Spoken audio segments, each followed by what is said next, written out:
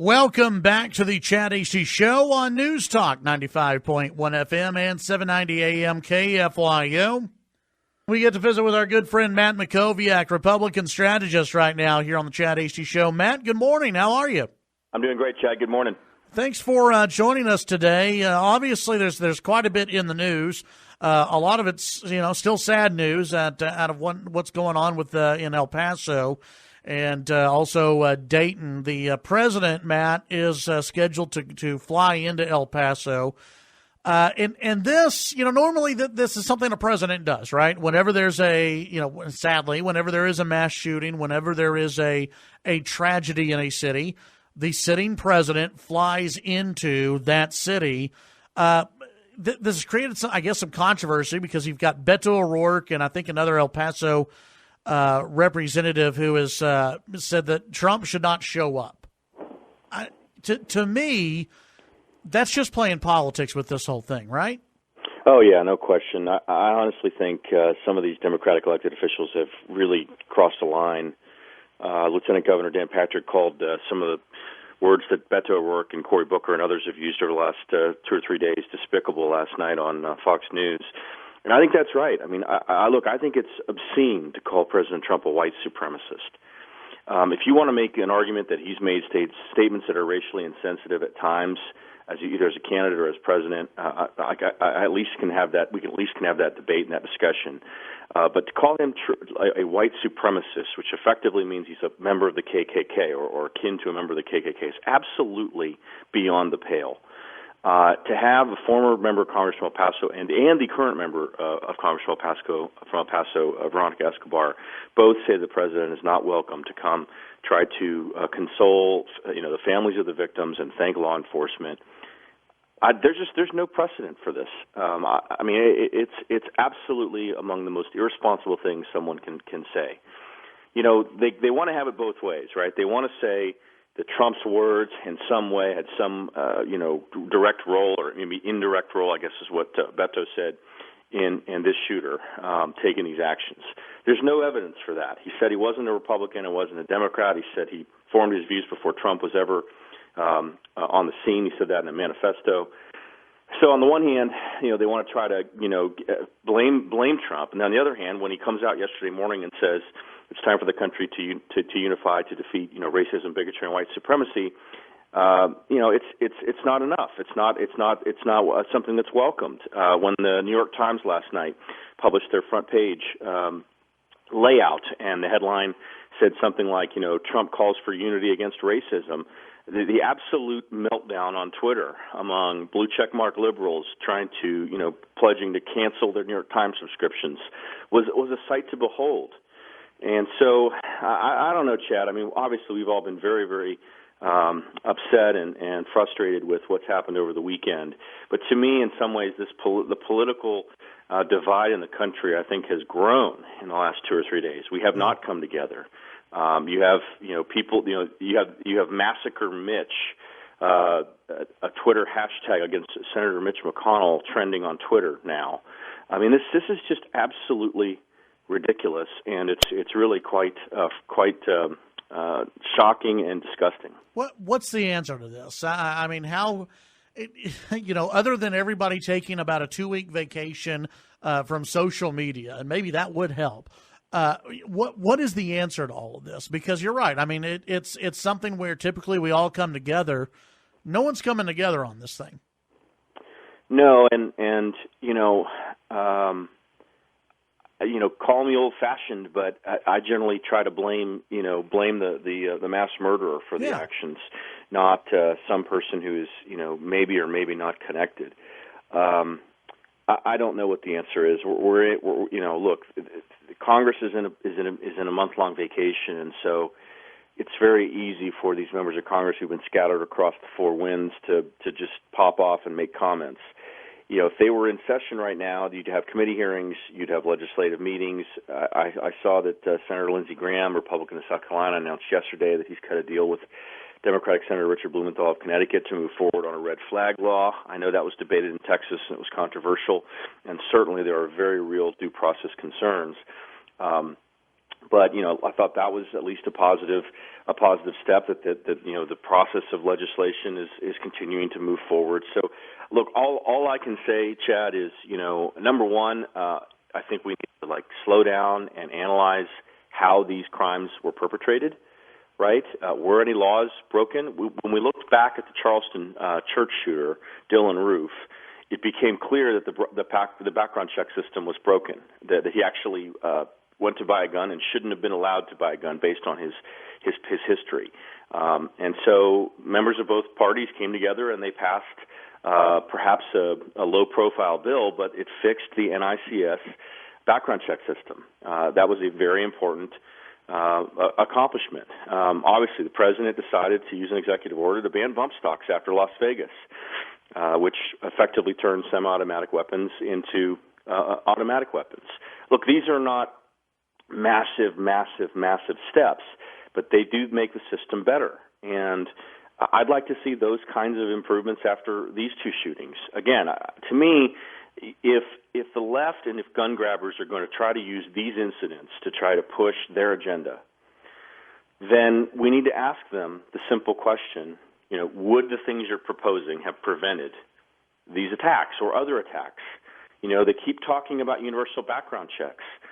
Background checks occur in 98 to 99% of all gun purchases. You and your listeners know this probably better than anyone. If you go to a gun show, most people who go to a gun show have to purchase it from a licensed dealer, which has to do a background check even at a gun show.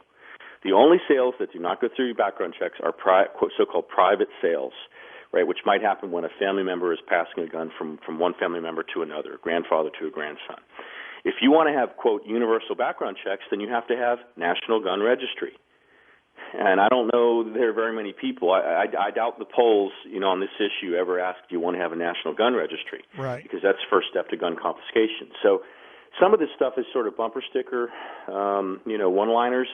People aren't really kind of digging beneath the surface to really evaluate, what all this would mean. We're obviously not going to have action anytime soon. Gun control is a very divisive issue, and it seems to me if we're going to abridge or limit a constitutional right, it ought to take time. It ought to be careful. Right. It ought to be debated. Yeah, it doesn't need to happen, 48 hours after a mass shooting. No. Beto O'Rourke yesterday, I guess it was yesterday, said that he's open to the idea of a mandatory gun buyback program. Now, listen, Beto O'Rourke's not going to get the nomination. He's not going to be president of the United States.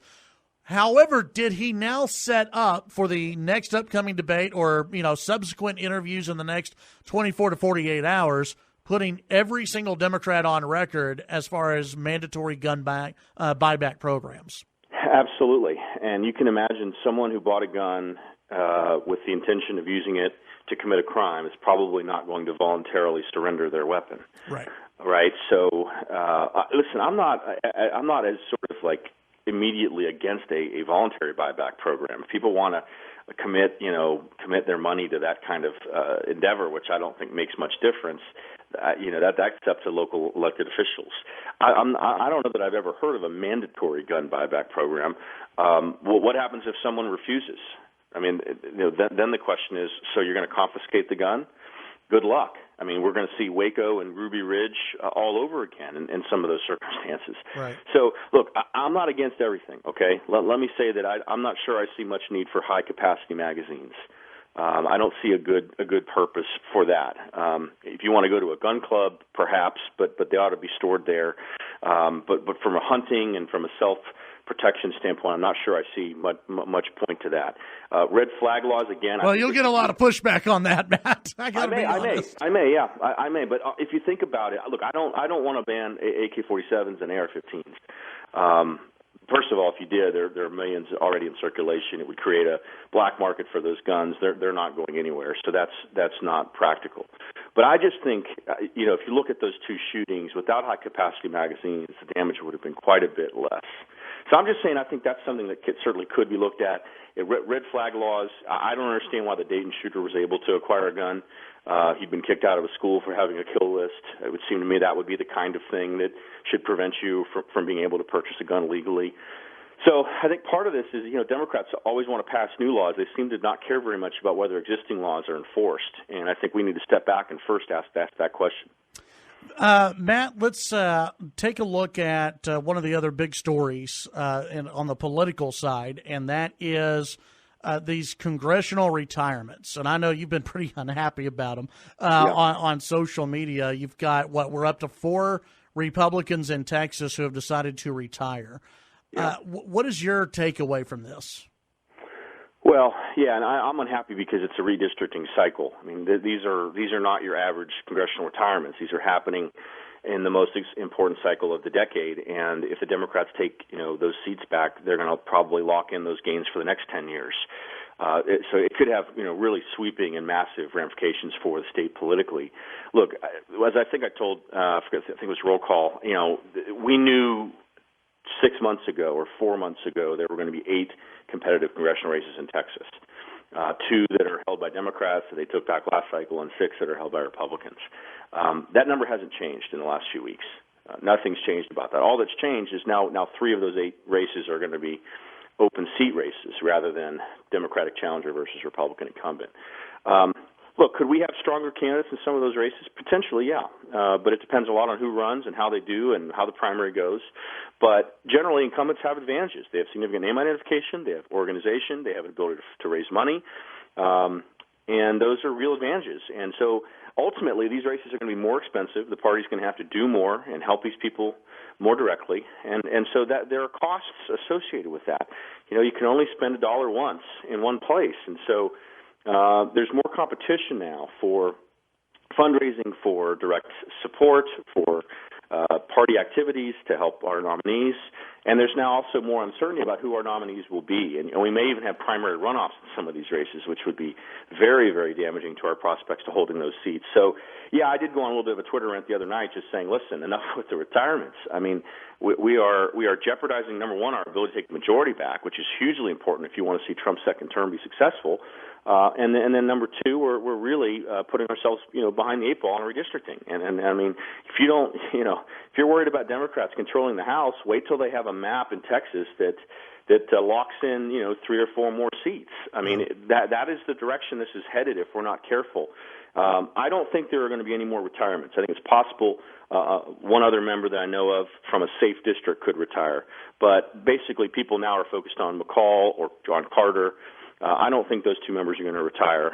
So I think the kind of headline-grabbing retirements in Texas have ended, at least at the congressional level. But we're going to have a hell of a cycle ahead of us in terms of these 8 congressional races. These are going to all be very, very close. The Democratic presidential nominee is going to be important in Trump's overall numbers and reelect and job approval and state of the economy. All those factors are going to make a big difference.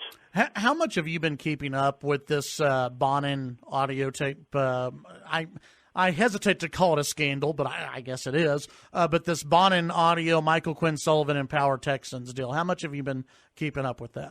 Pretty closely. I think I'm scheduled to listen to it on Wednesday, on tomorrow, so I'll really be in more of a position to offer real feedback. Yeah, they're making it available to party officials and to conservative activists, and I guess I qualify as one or both.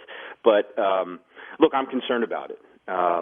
If you step back and don't take sides for a second, the thing about this I think that bothers me is that it undermines the political strength of the Speaker of the House at a time when the majority in the Texas House is up for grabs.